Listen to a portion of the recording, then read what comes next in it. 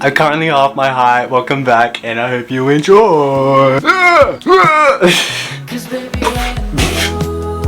The duration that I've had this on my hand, I've probably been like the most depressed because I can't create.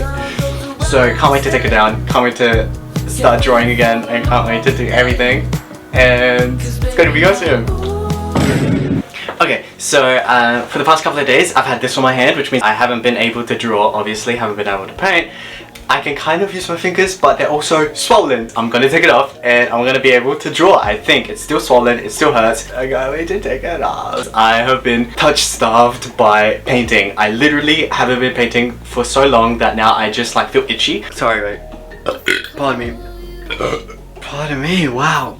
It's just like a lot of opinions coming through, guys. Okay, really quick disclaimer that this video was actually about like an adjustment of a layer, right? So then it's sort of like a mid layer, so then we can work from it and further refine it in the future. Okay? Preface. Pegs, these, cool, awesome. When I hit it in, I kind of hit it a bit too hard. It like literally coming through. It's coming through.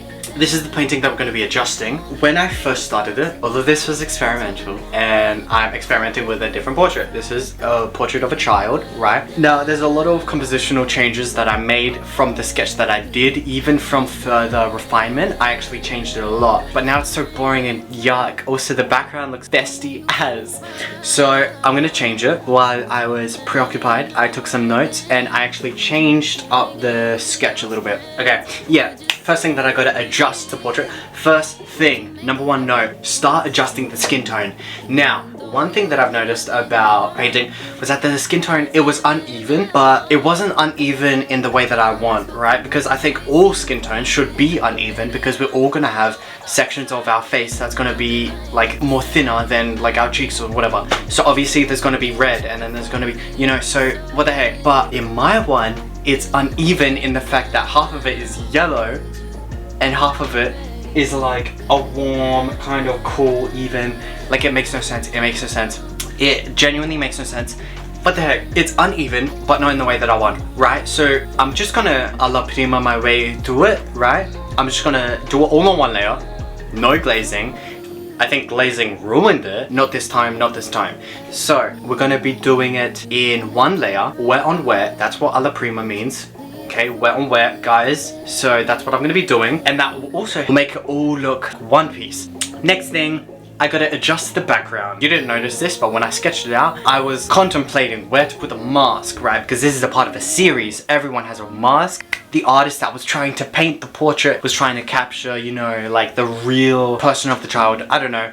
But that's kind of the vibe that I did. It looks awkward. It's gonna be hard. It's not a staple in the artwork. You don't know it's a mask until I just explained it. So literally, could you be more stupid in the brain? Adjustment is I need to change the placement. Now, I did something where initially I changed the mask and just put on his face, right? Idea sparked. Idea sparked. Literally, the kid is gonna wear an oversized mask to replicate the idea that his parents, which are the two dark figures on either end, are forcing him to put on shoes that he doesn't fit. Yeah, right? Because he has like a lot of duties, whatever. It's sort of like that story of like that kid that like became a king, right? Sort of like that, yeah? That's why he's wearing an oversized mask. It will be really awesome. It would be obvious because it's not gonna fit his face perfectly. It's zoomed down a bit like that, right? The 3 points of interest. Now, I want the masks to be a point of interest, right, guys? I also want the background to be a point of interest because background is gonna be burnt sienna, you know, like those really traditional paintings.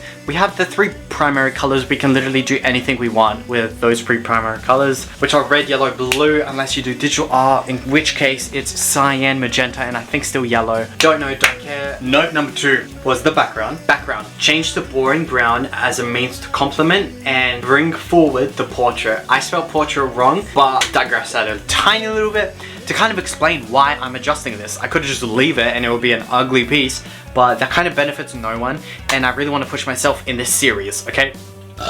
Pardon me. Pardon me. Pardon me. Pardon me. Wow.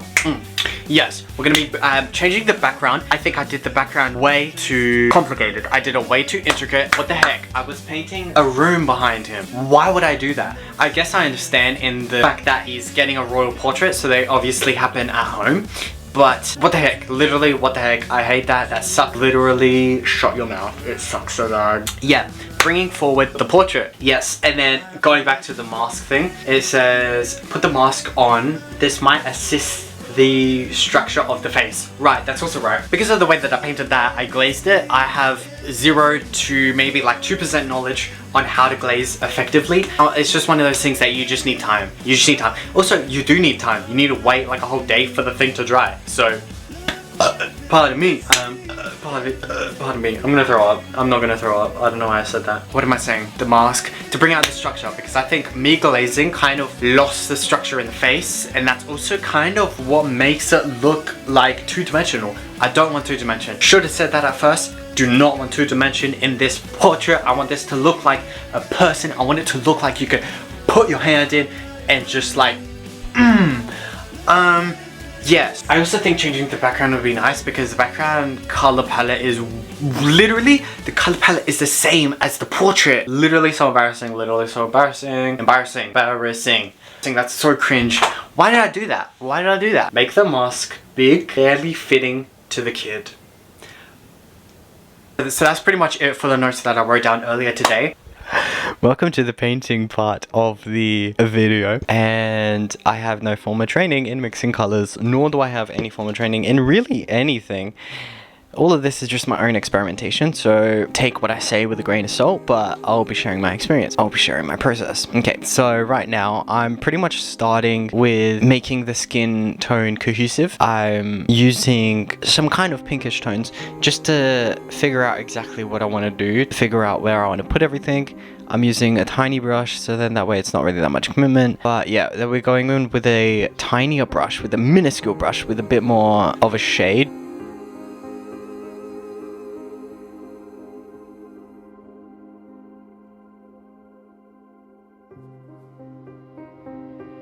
Also, you'll notice that I'm doing this very warm. You might be like, wow, that's a very warm.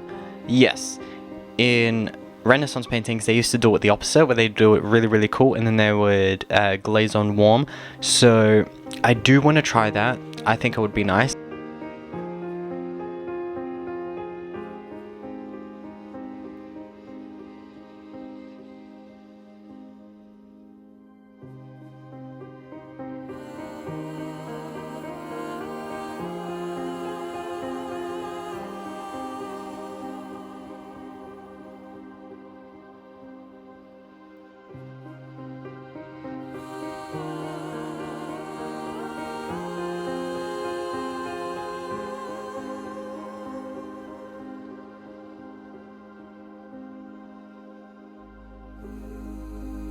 Now we're working on the structure. You can see that I put the lines, I just use my brain.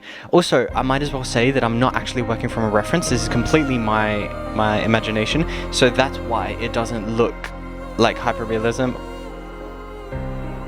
Oh, okay, wait.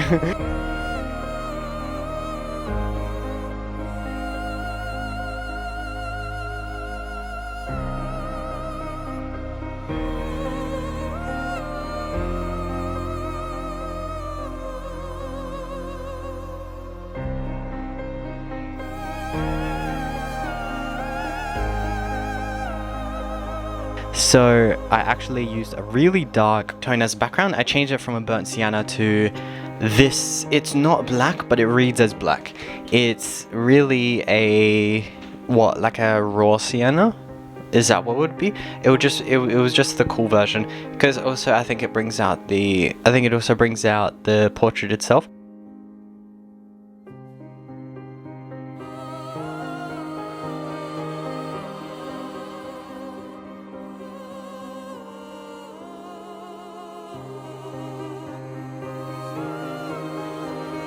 What I really like actually is that cheek area, because it's really nicely contrasted with the black. I'm just gonna call it black, and I also wanted to evaluate what the eyebrows were.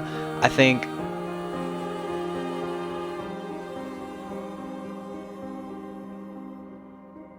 this is completely experimental. That's why it kind of looks really funny, is that because I'm doing it on purpose and like an experiment, and then in the future, if I don't like it, then I don't have to do it. But at least I know that this is what it's going to look like if I did want to do it.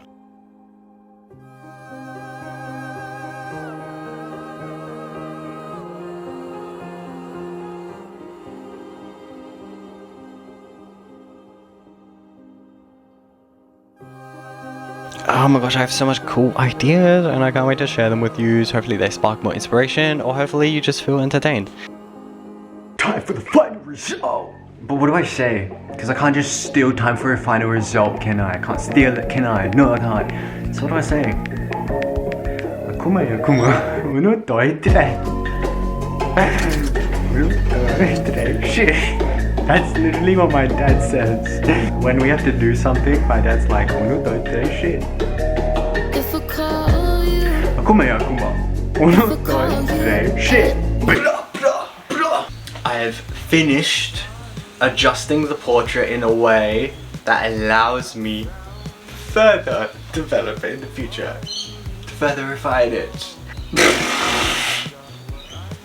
So this is the portrait that now what it looks like.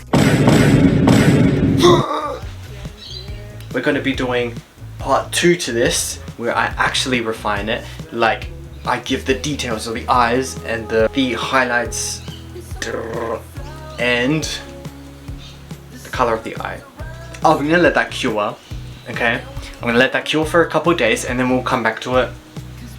But that's the end of this video, to give you insight on how I adjust the painting, right? Because if I didn't adjust this painting, it would have just sat on the easel for a very long time, because I did it, but I also kind of hated it, like I really did.